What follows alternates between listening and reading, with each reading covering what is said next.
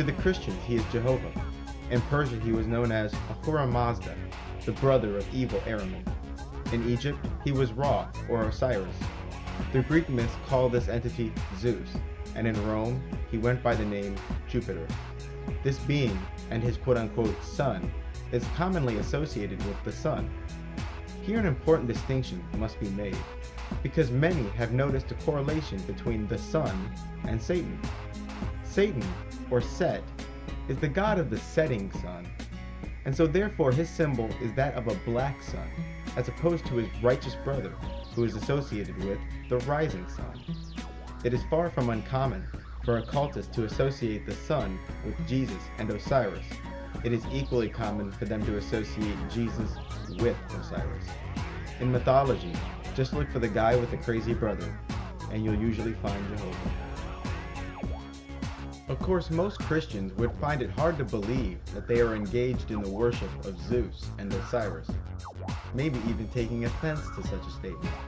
Their God, the God of Israel, could never be compared to the Greek god Zeus. We're talking about God here, not a promiscuous cartoon character who throws lightning bolts. But your own Bible does indeed spell out the truth of the matter.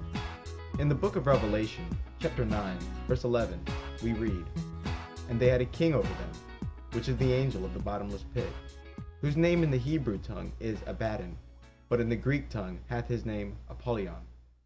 In this verse we read that the locusts, which appears to be a reference to an army of demons, have a king over them who is an angel. This angel, along with an army of locusts, arrived from an extra-dimensional place called the bottomless pit. The verse also states that this angel has names in the mythologies of the neighboring peoples. The Jews call this angel Abaddon, and the Greeks call this angel Apollyon. But Apollyon is what the ancient Greeks called Apollo, a sun god of Greek mythology. What the Bible has done is verified, at least in the eyes of Christians and Muslims, the actual existence of a god from the Greek pantheon. Is it likely that Apollo is the only Greek god that actually exists? Probably not.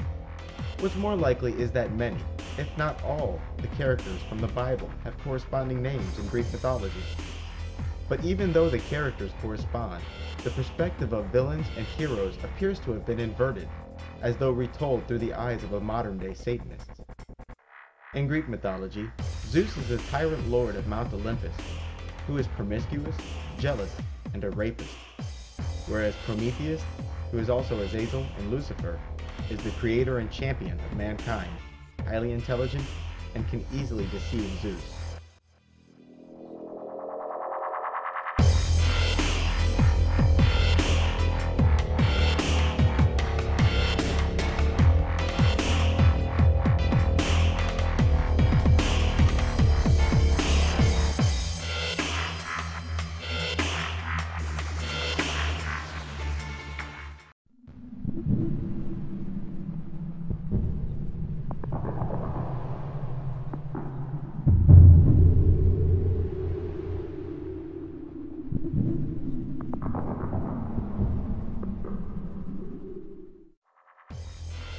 Mythology isn't the only vector by which we can reconstruct history. Evidence of a more temporal form exists for those whose tastes are more technical. This evidence involves the manner in which ancient civilizations rose and fell. It also involves what and how much ancient man knew, and when he came to know it. Ancient man, predictably, attributed their knowledge to the teachings of the gods. To modern scholars, this explanation as to where ancient man received his knowledge of architecture, agriculture, and astronomy is largely unsatisfactory. But it appears that the ancients' explanation was no more of a cop-out than the explanations of today's university scholars, who label everything that doesn't exist within their theory as a mystery. When it comes to the more tangible forms of evidence, Exhibit A would be the ultra-accurate map of antiquity. Mapmaking, or cartography, is far more difficult than intuition would suggest, and the days when maps were wildly inaccurate are all but forgotten. With today's satellites, cameras, and aircraft, producing an accurate map of a particular region is as easy as taking a photo. But in ancient times, Without the advantage of modern technology, drawing up an accurate map of a given region was nearly impossible. The problem lied in the fact that the mapmaker had no way of knowing precisely where he was. This meant that determining the true distance between 2 points was difficult, and this resulted in a map of disproportional dimensions. Another hindrance to producing an accurate map is Earth's natural curvature. Because of paper's cost and portability, it's understandable that people would be inclined to draw maps on paper. Paper is, however, a flat two-dimensional surface, whereas the Earth is a three-dimensional curve. This means that even with the best of equipment, a paper map could never properly represent the surface of the planet. For example, looking at a modern map of the globe, one will notice that Greenland, the massive, frosty island between Canada and England, will appear disproportionately large and may even compare to the continental United States in size. Greenland is not the size of the continental United States, but on a flat map of the world, the regions near the North and the South Pole appear stretched. Although there are projections that could avoid such stretching, no two-dimensional surface could ever properly imitate a three-dimensional surface. With all the complications involved with ancient mapmaking, it is indeed curious that maps of modern accuracy existed greater than 500 years ago. The first of these wonders is the Piri Reis world map, which was compiled in 1513 by the Turkish admiral Piri Reis. The map, according to Piri Reis, was compiled from a number of pre-existing maps which he described as quite ancient. For centuries, it appeared that the Piri Reis map was terribly incorrect in its depiction of the shape and size of Antarctica. In 1949, however, a joint British and Swedish expedition set out to survey Antarctica and ascertain what the southern continent looks like below the ice.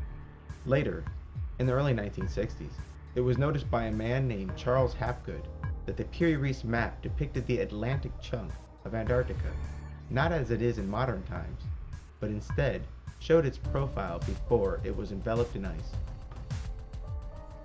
The paradox is that, according to Orthodox history, Antarctica has been frozen over for 6,000 years, at the very least.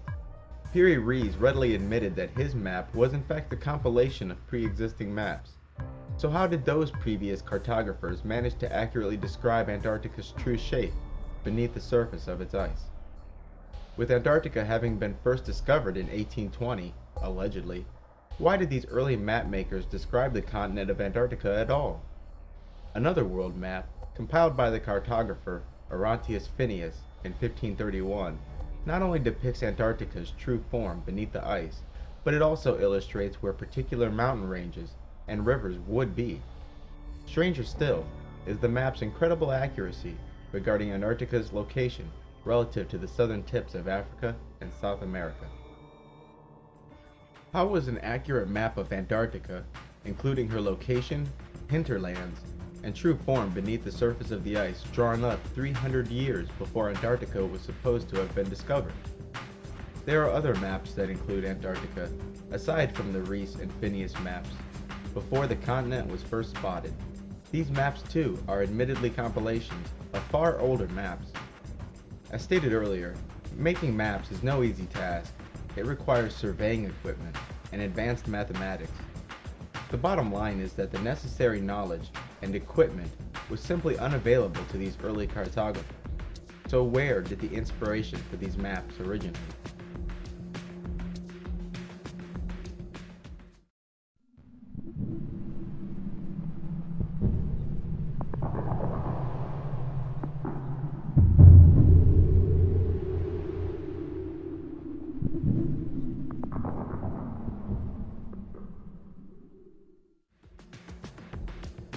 The pyramids of Egypt are easily the most alluring monuments on the planet.